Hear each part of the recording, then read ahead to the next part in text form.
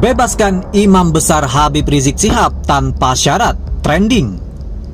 Pendukung Habib Rizik bandingkan dengan kasus korupsi, rezim Sontoloyo. Saya secara pribadi dan secara jabatan menyatakan,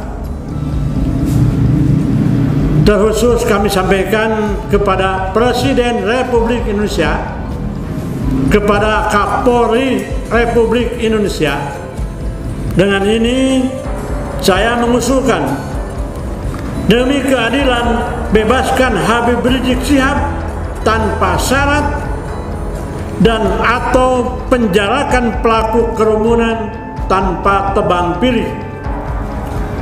Apakah kerumunan itu dilakukan oleh presiden, anak presiden, teman presiden, bawahan presiden, ulama dekat presiden, pengusaha dekat presiden, dan siapapun yang melakukan kerumunan. Betul, itu kedoliman. Apa sana kedoliman? Karena ya tadi, kalau hukum mau adil, kenapa pihak Habib Rizik yang ditangkap, yang perkarakan, tapi yang lain-lainnya dibiarkan? Itu merupakan kedoliman. Apabila ini kedoliman dibiarkan, tunggu adab Allah. Oleh karena itu saya menghimbau kepada yang saat, mari kita tobat kepada Allah. Tidak ada jalan kecuali tobat kalau kita mau selamat dunia dan akhirat, yaitu mari kita kembali tobat kepada Allah, tegakkan keadilan. Rakyat hanya minta keadilan, tidak apa-apa, tidak muluk-muluk, karena adil itu adalah modal untuk keselamatan dunia dan akhirat. Sekarang kita mengikuti gini, ada juga di dalam hukum yang kita kenal asas equality before the law. Jadi kesamaan hukum, di kesamaan semua warga negara di bawah hukum. Dalam kasus ini kan publik langsung membanding-bandingkan. Ada kasus yang sama, misalnya yang dilakukan, kalau memang itu betul-betul harus dibawa hukum. Ada ketua banggar dari BDIP mengundang 20.000 orang di Madura, sampai 30.000 orang gitu. Itu termasuk penghasutan bukan itu? Kalau kasus Habib Rizik masuk penghasutan, itu juga harus masuk penghasutan. Nah ya, kemarin ada juga soal kerumunan, misalnya katakanlah meskipun terbatas, kemarin ketika Presiden hadir pada pernikahan seorang selebriti dan sebagainya, itu kan sebenarnya jadi kacau balau kalau semua tidak diperlakukan sama di depan hukum kan. Dan ini dari sisi apalagi ketika Presiden berkunjung ke suatu negara provinsi di NTT, wah kerumunan yang bagi-bagi itu. Jadi ingat loh, apa yang Anda ciptakan kepada orang lain, kemudian Anda label orang lain, satu saat Anda akan melakukan hal yang sama, dilabelisasi oleh masyarakat. Soal nanti masyarakat tidak punya kemampuan menarik ke ranah hukum, tapi perilaku Anda itu membekas di masyarakat. Kalau Habib Rizik selesai dengan diadili, tapi perilaku yang Anda tidak diadili, tidak pernah selesai, itu akan menjadi pertanyaan terus. Apakah moral Anda seperti itu? Biarin aja, cuekin aja. Ya. Anda membangun moral Anda seperti itu? Ya, kan dalam hukum, dalam negara ini tidak hanya hukum formal, tapi ada moral, ada etik yang saya kira harus dipegang. Betul. Nah, jadi ini moral hukum dan moral pemerintahan. Saya tidak hanya moral dalam manajemen pemerintahan, manajemen pemerintahan. Anda tidak bermoral nanti dalam mengelola negara. Orang bilang begitu, si A ditarik, si B tidak. Itu kan terkait equality before the law. Equality before the law kalau ditarik akar itu terkait dengan moral. Moral di bidang aparat penegak hukum, moral di dalam penegakan hukum. Jadi kalau Anda tidak bermoral dalam penegakan hukum, maka si A ditarik, si B tidak. Itu tidak bermoralnya dalam penegakan hukum. Kasus Habib Rizik ini lebih kepada pembungkaman Habib Rizik lewat penggunaan sarana. Sayangnya adalah pemerintah tidak menunggu momentum yang pas untuk pakai sarana hukum. Yang penting adalah pakai kekuasaan di dalam penggunaan sarana hukum. Jadi akibatnya adalah ketika kita lakukan analisis hukum dalam kasus ini berantakan, hancur-hancuran. Nggak akan ketemu. Jadi tidak ada logika hukum yang bisa membenarkan proses hukum kasus ini. Ya.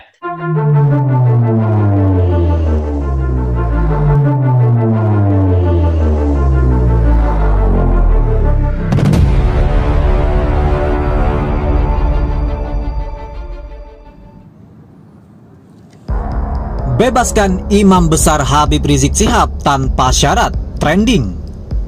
Pendukung Habib Rizik bandingkan dengan kasus korupsi, rezim Sontoloyo. Tagar terkait Habib Rizik Syihab kembali trending. Kali ini netizen kompak menggunakan tagar bebaskan Imam Besar Habib Rizik Syihab tanpa syarat. Tagar tersebut tampak merajai dunia maya Twitter pada hari Rabu 7 April 2021 dengan berbagai cuitan netizen. Setelah melakukan penelusuran sesuai namanya, tagar tersebut rupanya memang ditujukan untuk menyuarakan opini pendukung Habib Rizik Syihab yang menuntut agar panutannya lekas dibebaskan tanpa syarat. Terlebih, sebagian dari mereka berpendapat bahwasannya Habib Rizik Syihab telah membayar denda, maka sudah seharusnya dibebaskan. Berdasarkan penelusuran, cuitan lainnya ada yang menyampaikan aspirasinya melalui foto, video, atau bahkan hanya sekadar opini panas. Salah satunya ada akun PA009 yang membandingkan kasus Habib Rizik dengan kasus korupsi di Indonesia. Menurutnya, kasus protokol kesehatan yang menjerat Habib Rizik sangatlah tak jelas, apalagi jika dibandingkan kasus korupsi triliunan oleh para koruptor. Untuk itu, ia kemudian menyebut era pemerintahan Presiden Joko Widodo alias Jokowi sebagai rezim Sontoloyo. Namun, selain pihak pro Habib Rizik Syihab, ada pula sejumlah netizen yang berpikir sebaliknya, bahkan menyebut perbandingan kasus korupsi dengan kasus Habib Rizik tidaklah apple to apple. Demi keadilan, bebaskan Habib Rizik Syihab tanpa syarat dan atau penjarakan pelaku kerumunan tanpa tebang pilih. Apakah kerumunan itu dilakukan oleh presiden, anak presiden, teman presiden, bawahan presiden, ulama dekat presiden, pengusaha dekat presiden, dan siapapun yang melakukan kerumunan? Betul, itu kedoliman. Apa sana kedoliman? Karena ya tadi, kalau hukum mau adil, kenapa pihak Habib Rizik yang ditangkap dan perkarakan, tapi yang lain-lainnya dibiarkan? Itu merupakan kedoliman. Apabila ini kalian dibiarkan, tunggu adab Allah. Oleh karena itu saya menghimbau kepada yang salat, mari kita tobat kepada Allah. Tidak ada jalan kecuali tobat kalau kita mau selamat dunia dan akhirat, yaitu mari kita kembali tobat kepada Allah, tegakkan keadilan.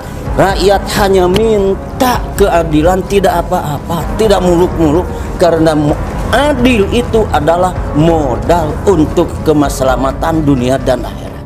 Oke, sekarang kita mengikuti gini, ada juga di dalam hukum yang kita kenal azas equality before the law. Jadi kesamaan hukum, di kesamaan dari semua warga negara di mata hukum.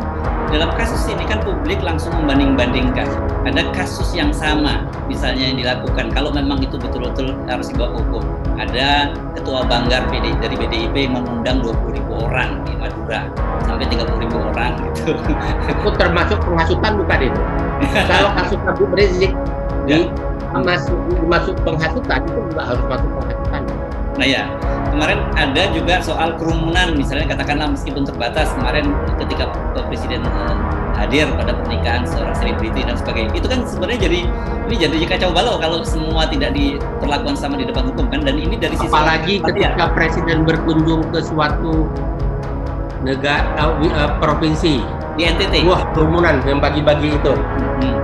Jadi ingat loh, apa yang Anda ciptakan kepada orang lain, kemudian Anda label orang lain, satu saat Anda akan melakukan hal yang sama, dilabelisasi oleh masyarakat.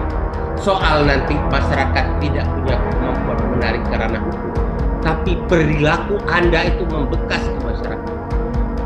Kalau Habib Rizik selesai dengan diadili, tapi perilaku yang Anda tidak diadili, tidak pernah selesai, itu akan menjadi pertanyaan terus.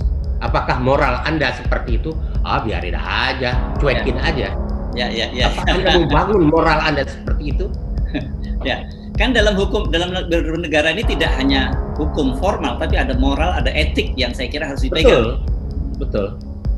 Ya, jadi ini moral hukum dan moral pemerintahan.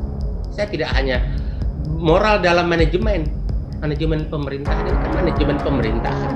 Anda tidak bermoral nanti dalam mengelola negara. Orang bilang begitu, si A ditarik, si B tidak.